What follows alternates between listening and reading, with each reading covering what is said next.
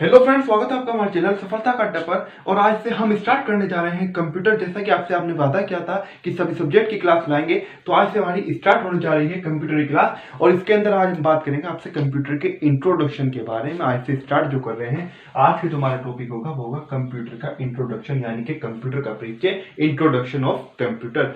आपका कोई सा भी एग्जाम हो, चाहे आप रेलवे की तैयारी कर रहे हो, एसएससी की तैयारी कर रहे हो, या फिर एसएससी का कोई सा भी पार्ट ले लें, एसएससी सीजीएल की बात कर लें, जेई की बात कर लें, सीएचएसएल की बात कर लें, इनके अलावा भी अगर कोई आपका छोटा एग्जाम की बात करें, लेखपाल की बात करें आज के समय में, या फिर हम यूपी पुलिस की बात करें, यूपीएसआई की बात करें, और यहां तक कि अभी आपने देखा होगा कि जैसे दिल्ली पुलिस की जो भर्ती आई थी उसके अंदर तो 10-10 नंबर का, 15-15 नंबर तक का अलग से कंप्यूटर का पार्ट रखा गया था। और जो आपकी रेलवे एनटीपीसी की जो परीक्षा है, इसके अंदर भी अगर हम बात करें, अलग से तो कंप्यूटर नहीं है, लेकिन जीके से 3 क्वेश्चन पूछ ले जाए, 4 क्वेश्चन पूछ ले जाए। और अगर आप एक सीरियस स्टूडेंट है, ये बात आपको जरूर पता होगी कि अगर आपका एक भी नंबर कम रह जाता है अगर पॉइंट के हिसाब से भी, तो आपको कितना नुकसान हो सकता है, कितना पीछे जा सकते हैं, कंपटीशन कितना ज्यादा है। इसी के साथ साथ एक चीज और, एक बात और आपको यहाँ से विशेष रूप से याद रखनी है। चाहे तो हम आईटी की बात करें, यानी कि इंफॉर्मेशन टेक्नोलॉजी की, या फिर हम बात करें आपसे कंप्यूटर के बारे में, इनकी जितनी भी जानकारी है, यानी कि जितनी भी क्लासेस हैं, चाहे हम यूपी पीसीएल की बात कर रहे हो, जहां जहां कंप्यूटर पूछा जाता है, जहां जहां फिर आईटी इंफॉर्मेशन टेक्नोलॉजी पूछी जाती है, वो सारी चीजें इस क्लास के अंदर, जो भी क्लास आपको, जो सीरीज चलेगी उसके अंदर आपको कवर कराई जाएंगी। और इसी के साथ साथ एक बात और विशेष रूप से आप यहाँ पर बात सुनते चले, पुलिस की तैयारी कर रहे हो, एसएससी की हो, रेलवे की हो, किसी भी सरकारी एग्जाम की तैयारी कर रहे हो, चाहे टेट हो, सीटेट हो, इसके अलावा यूपीएससी हो, पीसीएस हो, इसके अलावा एक जो होता है आईटीआई और पॉलिटेक्निक। अगर इसके अंदर भी आपका कंप्यूटर विषय है, तो इसके अंदर भी आपको याद रखना है कि ये भी इसके जो कंप्यूटर है वो भी हम यहाँ पर आपको कवर कराएंगे। तो आइए देखते हैं आज का हमारा कंप्यूटर की स्टार्टिंग करते हैं। अगर कंप्यूटर की आपसे बात करें तो कंप्यूटर शब्द की उत्पत्ति हुई थी कंप्यूट शब्द से। कौन से शब्द से हुई थी? कंप्यूटर जो शब्द है इसकी उत्पत्ति हुई थी कंप्यूट शब्द से। कौन से शब्द से? कंप्यूट शब्द से उत्पत्ति हुई थी। लेकिन कंप्यूट शब्द से इसकी उत्पत्ति हुई थी। ये कंप्यूट शब्द कौन सी भाषा का शब्द है? परीक्षा के अंदर क्वेश्चन पूछ लिया जाता है कि निम्नलिखित में से शब्द है, कंप्यूट शब्द किस भाषा का शब्द है। नीचे आपको अलग अलग विकल्प मिल जाएंगे। अगर मैं बात करूं तो कंप्यूट शब्द जो है ये लैटिन भाषा का है। कौन सी भाषा का? लैटिन भाषा से लिया गया है। और इसके अगर हम बात करें, नीचे आपको वहीं पर विकल्प मिल सकते हैं कि फारसी भाषा का शब्द है, ये अंग्रेजी भाषा का शब्द है, या फिर ये अरबी भाषा का शब्द है। तो आपको याद रखना है इसके बारे में। तो उत्पत्ति हुई थी कंप्यूट शब्द, जिसका अर्थ होता है, इस कंप्यूट का जो अर्थ होता है, जो इसका मीनिंग होता है, वो होता है गणना करना। क्या होता है? गणना करना इसका अर्थ होता है। किसका अर्थ होता है?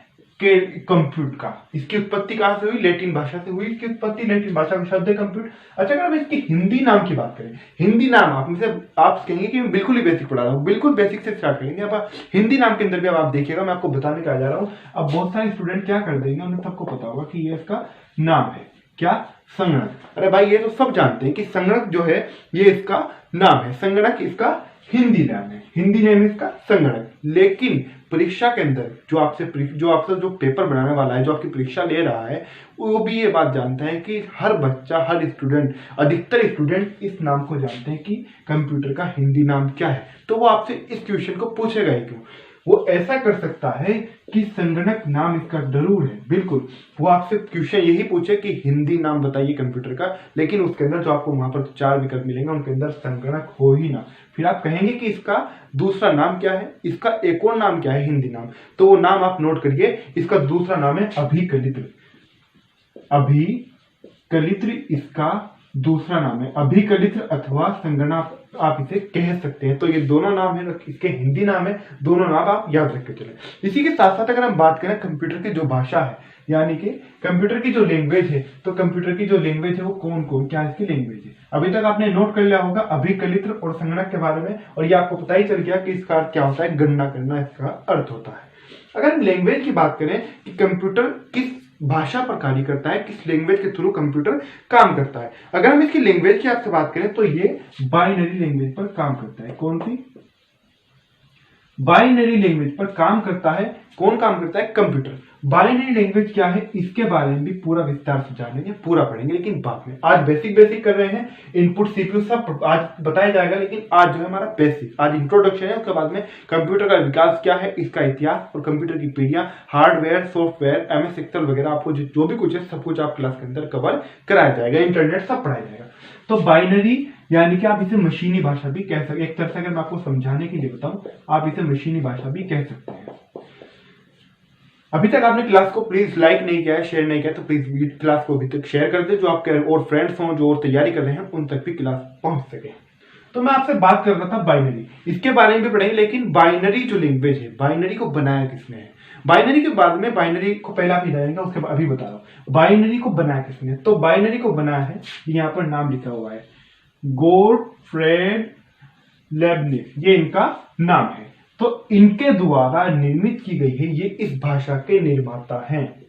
कौन सी भाषा के? बाइनरी भाषा के निर्माता हैं। हालांकि बाइनरी भाषा जैसे कि कंप्यूटर बना, और अब चार्ल्स बेबेज तो रही नहीं, या फिर और भी व्यक्तियों ने जिसका योगदान था कंप्यूटर को बनाने में, आज के समय में, आज का जो समय है उसके अंदर भी कंप्यूटर बन रहे हैं। उसी प्रकार से जो बाइनरी जो लैंग्वेज थी, जो बाइनरी भाषा थी जिस पर कंप्यूटर काम करता है, इसके अंदर भी तरक्की होती रही, इसका धीरे धीरे बाइनरी लैंग्वेज का विकास होता रहा।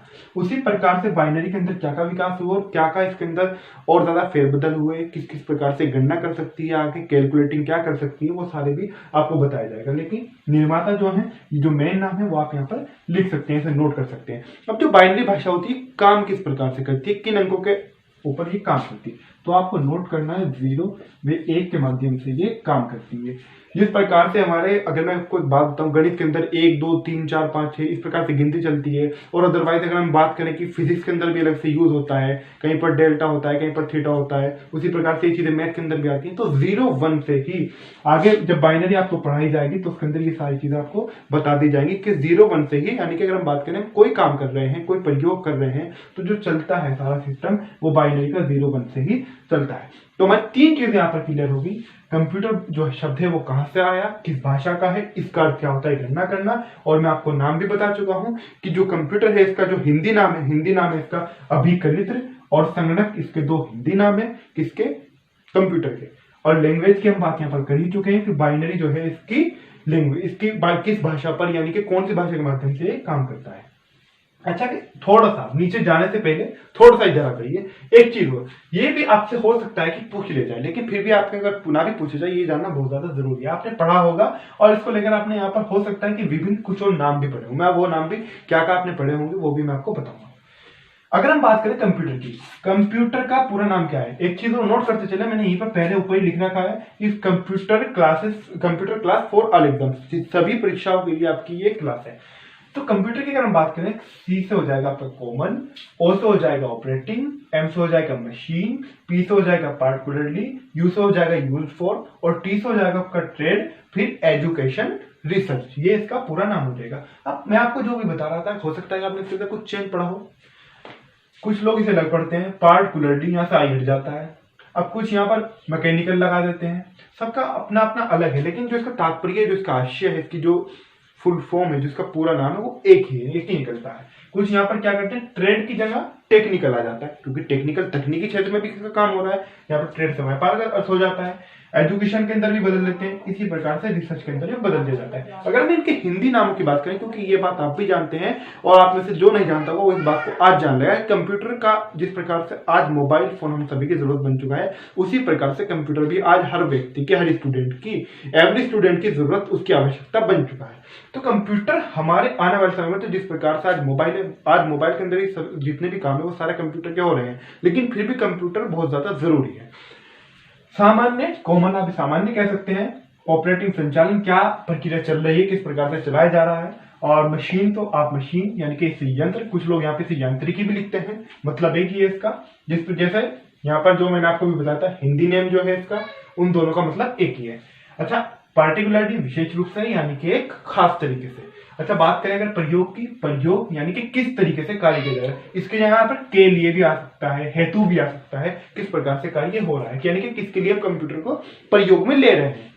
आगे ट्रेड आ गया। यहाँ पर मैंने आपको भी बताया था, अगर टेक्निकल आता है तो तकनीकी, क्या क्या तकनीक आ रही है, क्या क्या टेक्निकल आ रही है।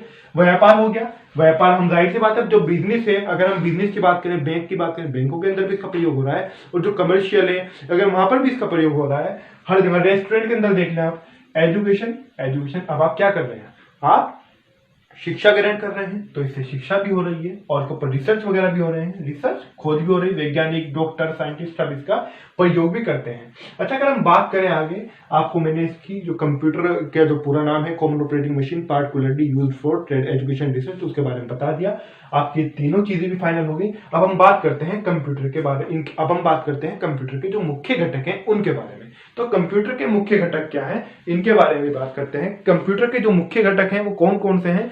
तो कंप्यूटर के 3 मुख्य घटक हैं। कौन कौन से हैं, तो 3 मुख्य घटक है कंप्यूटर के, यानी कि computers main components, main components of computer. ये आप नोट करते चले यहां से। तो 3 है मुख्य, जो है जो मुख्य घटक की मैं आपसे बात कर रहा हूं, जो मेन कंपोनेंट्स हैं वो है इनपुट, सीपीयू, आउटपुट। क्या, इनपुट, सीपीयू और आउटपुट। अब इनपुट क्या है इसके बारे में बताएंगे, आउटपुट क्या है इसके बारे में बताएंगे, सीपीयू क्या है इसके बारे में बताएंगे।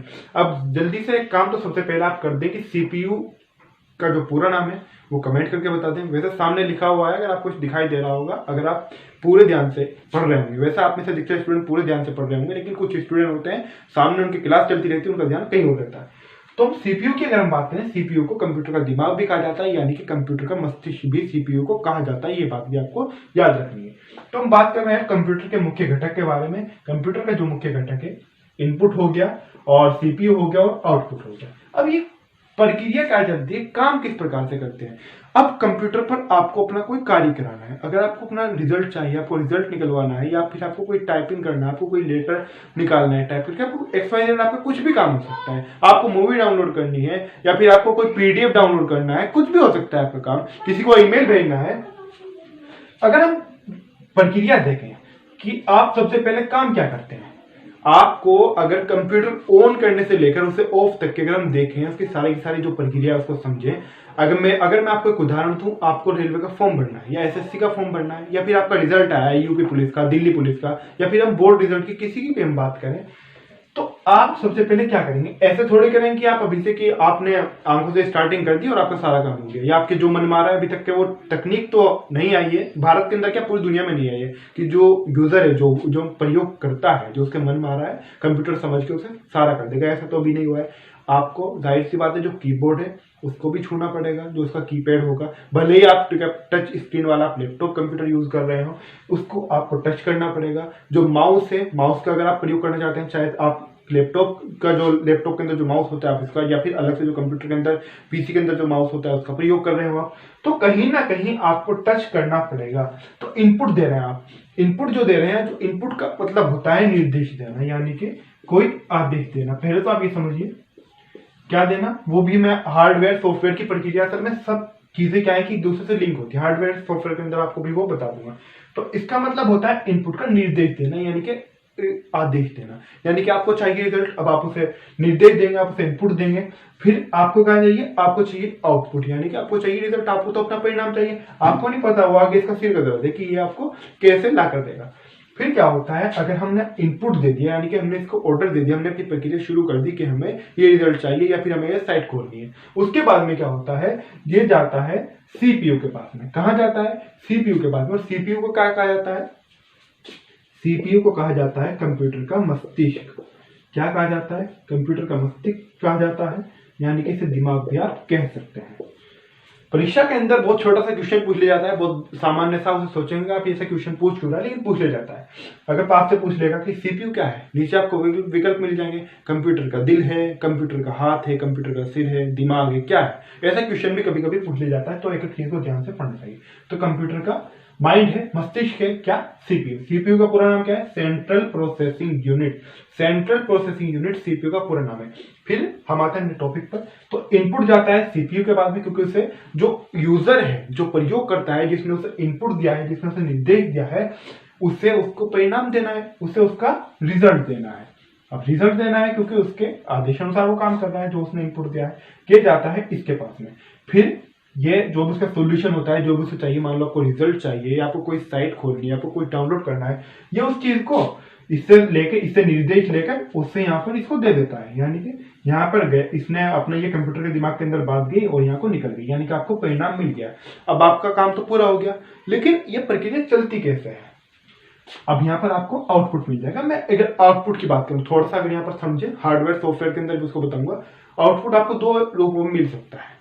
एक तो चीज है कि आपको कोई चीज प्रिंट चाहिए, आपको कोई प्रिंट कराना है, तो प्रिंटर के जरिए आपके सामने आ जाएगी, या फिर आज के समय में आपके पास मोबाइल है, आप उसका स्क्रीनशॉट ले सकते हैं, अपने मोबाइल में वैसे ही सेव रख सकते हैं, ईमेल कर सकते हैं आप उस कंप्यूटर के थ्रू, अपने फोन पर, अपने जो आपका अपना जो आपका पर्सनल कंप्यूटर है उसके ऊपर भी आप ईमेल कर सकते हैं। तो आपका तो परिणाम आ गया, आप उसका कुछ भी करें, वो परिणाम आपका किसी भी रूप में हो सकता है, चाहे वो कंप्यूटर के रूप में, कंप्यूटर के अंदर आपको सेव रखना हो, या फिर उसका आपको प्रिंटर के माध्यम से आपको बाहर निकालना हो। ये जो प्रक्रिया जो चलती है, जो आपने इनपुट को निर्देश दिया, फिर उसने आउटपुट ने आपको परिणाम दे दिया, आपको आउटपुट ने रिजल्ट दे दिया, लेकिन प्रक्रिया चलती कैसे, मेन चीज ये है, इसको समझिए। अब इनपुट जाएगा सीपीयू के पास में, यानी कि सेंट्रल प्रोसेसिंग यूनिट के पास में। अब ये इससे अब आपको चाहिए रिजल्ट। अब ये आपकी भाषा में तो नहीं कहेगा कि भाई इनको रिजल्ट चाहिए, कि मुझे इनको रिजल्ट दे दो निकाल के, या आपको मूवी डाउनलोड करनी है, आपने डाला कि मुझे मूवी डाउनलोड करनी है, मान लो कोई भी मूवी ले लो, आप 3 इडियट ले लो, तो इनपुट आपने डाला, उसके ऊपर सर्च किया कि मुझे 3 इडियट चाहिए। अब ये 3 इडियट जाके इसको कहेगा कि 3 इडियट चाहिए, और इधर आकर आपको 3 इडियट दे देगा, आपके सामने 3 इडियट को आपके सामने आ जाएगा वहां पर लिखा हुआ। लेकिन ऐसे नहीं आ रहा है डायरेक्ट। अंदर की प्रक्रिया क्या है, अंदर जो प्रक्रिया चल रही है, जो अंदर सारी क्रिया चल रही है, जो इधर से इधर जा रहा है, ये सारा बाइनरी के माध्यम से चलता है। बाइनरी बहुत ज्यादा इंपॉर्टेंट है, वेरी वेरी इंपॉर्टेंट है, इसको पढ़ाएंगे, कोई टॉपिक नहीं छोड़ेंगे, लेकिन बाइनरी को ध्यान से समझना।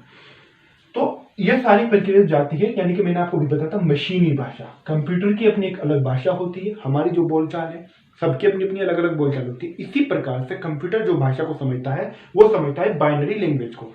अब बाइनरी लैंग्वेज के थ्रू, बाइनरी लैंग्वेज से किस प्रकार से जाएंगे, वही प्रक्रिया 0 1, इनके अंदर वृद्धि होती रहती है, 0 1 हो सकता है, कहीं पर 1 0 हो सकता है, तो अलग अलग प्रक्रिया से चलते रहते हैं। जब बाइनरी पढ़ेंगे वहां पर आपको ये बात बता दी जाएगी।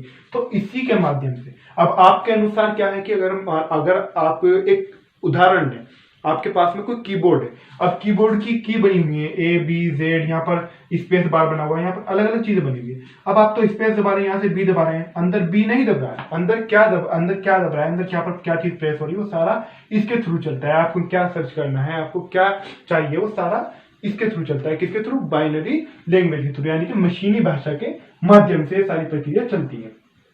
अब बाइनरी माध्यम से यहाँ पर चली गई, इसने अपनी जो इसकी भाषा है कंप्यूटर की, इसने उसको बोल दिया कि मुझे ये चीज चाहिए, फिर इसने इसको निकाल के इसको जो जब वो आउटपुट को देगा, यानी कि इनपुट ने सीपीयू को बोला बाइनरी के माध्यम से, फिर उसके बाद में जब सीपीयू जो है वो आउटपुट को देगा, तो ये भी बाइनरी के माध्यम से ही देगा। किसके माध्यम से, बाइनरी लैंग्वेज के माध्यम से, यानी कि 0 1 कुछ भी हो सकता है XYZ, यानी कि इसके अंदर ही होगा, बाइनरी के अंतर्गत ही। यानी होगा कि इसके अंदर शब्द और उसके जो अंक है वो एकदम बहुत सारे बदल जाएंगे, होगा, सारी प्रक्रिया चलेगी इसी मशीनी भाषा के थ्रू, इसी बाइनरी के थ्रू।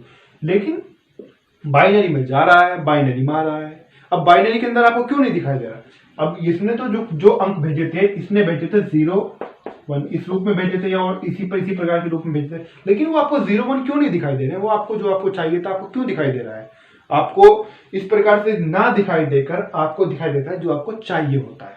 लेकिन जो सारी प्रक्रिया होती है ये भी इसी के अंदर यहीं पर सीपीयू करता है। कौन करता है, सीपीयू। अब ध्यान से समझिए, सीपीयू यानी कि सेंट्रल प्रोसेसिंग यूनिट, आपके अनुसार, यानी कि हमारे अनुसार, जो यूजर है उसके अनुसार ये प्रक्रिया भी इसी के अंदर होती है, बाइनरी के अंदर ही। अब बाइनरी के अंदर ही जा रहा है, बाइनरी के अंदर ही आ रहा है, इस प्रक्रिया को बदल देता है, ये इसको बदलने का काम भी करता है, यानी कि जो प्रयोग करता है, जो यूजर है, वो उसको पढ़ सके।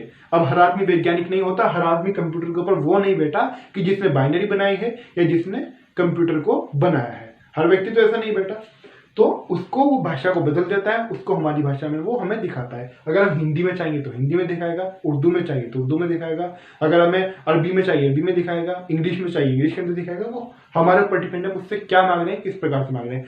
तो ये सारा बाइनरी में अंदर के अंदर जाएगा, बाइनरी में ये आएगा, ये निर्देश करेगा, जो भाषा का परिवर्तन होगा, यानी कि जो मशीनी भाषा से जो हमारी जो यूजर की जो भाषा बनेगी, जो लैंग्वेज बनेगी, वो सारी प्रक्रिया इसके अंदर ही हो जाती है।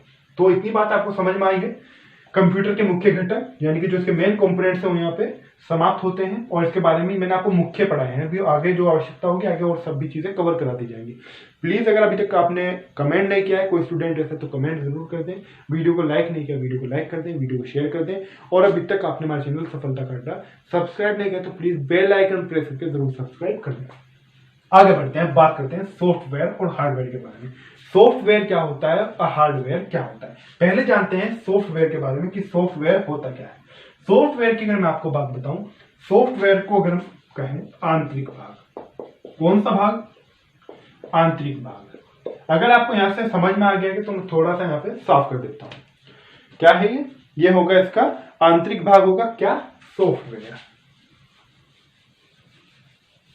सॉफ्टवेयर हो जाता है आंतरिक भाग। और हम बात करें हार्डवेयर के बारे में, हार्डवेयर होता है बाहरी भाग। कौन सा भाग होता है? ये बाह्य भाग होता है। ये कौन सा भाग है? आंतरिक भाग, यानी कि अंदर का भाग।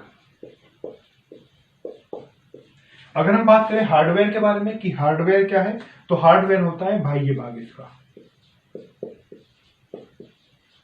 अब इनकी बाह्य का आप समझ लीजिए भारी, इसके अंदर दो चीज और, अब आप समझ जाएंगे अच्छी तरीके से। ये बात तो आप समझ लीजिए, ये आंतरिक भाग है, ये बाह्य भाग है। अब ऐसा नहीं है कि ये अब पूरा ही आंतरिक भाग होगा, हो सकता है कि हार्डवेयर भी आंतरिक भाग हो, लेकिन यहाँ पर आंतरिक भाग कहने का अभिप्राय यानी कि उद्देश्य कुछ और है। अब हार्डवेयर, अब कंप्यूटर है या लैपटॉप है, उसके अंदर भी तो बहुत सारे पार्ट्स लगे हुए हैं, उसके अंदर भी तो वो चीजें लगी हुई हैं जो अगर हम कहेंगे जो फिजिकल, जो भौतिक, जिनको हम छू सकते हैं। अब कंप्यूटर बंद हो रहा है यानी कि उसे पूरा, अगर हम एक आपको उदाहरण लें, मोबाइल का अगर आपको उदाहरण है, उसके अंदर मेमोरी कार्ड लगा हुआ है, लेकिन कंप्यूटर के वो आपके मोबाइल के, आपके फोन के अंदर है। वो क्या है? वो भी तो उसका एक तरह से अगर हम कहेंगे उसका भौतिक भाग हुआ, वो भी इसका, उसको हम छू सकते हैं। वो ऐसा भाग नहीं है कि जिसको हम छू नहीं सकते, उसको आप निकाल सकते हैं, फिर से अंदर आप उसको डाल सकते हैं। इसी प्रकार से जो कंप्यूटर के अंदर है। हाँ, तो हम बात कर रहे थे सॉफ्टवेयर के बारे में। सॉफ्टवेयर वो भाग होता है जिसको हम छू नहीं सकते, जिसको छुआ नहीं जा सकता। आप चाहे तो यहाँ पर नोट कर सकते हैं। अगर मैं बात करूं अस्पर्श, इस अस्पर्श किसे कहा जाता है? स्पर्श कहा जाता है छूने को, यानी कि जिसे छुआ जा सके। स्पर्श किसे कहा जाता है? जिसे छुआ ना जा सके, जिसे छुआ, या फिर यहां पर आप लिख लीजिए या हाथ ना लगाया जा सके। जो मैं आपको अभी यहां पर बता रहा था, आप उसे निकाल सकते हैं।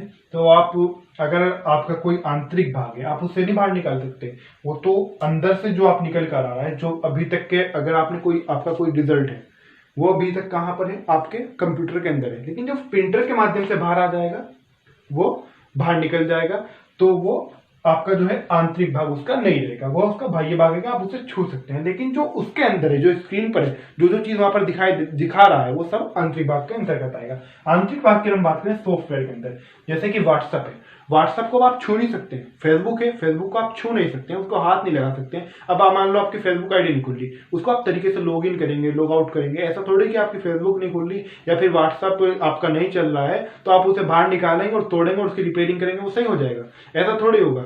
ये सब जितने भी पार्ट्स होंगे, जो सॉफ्टवेयर, जो कंप्यूटर का, जो मोबाइल का, जो आपका फोन का, जो आपका पीसी का अंदर का जो हिस्सा है, वो कहलाता है सॉफ्टवेयर। ये सारी चीजें जिनको छुआ ना जा सके, जो स्पर्श हो, वो कहलाती है सॉफ्टवेयर।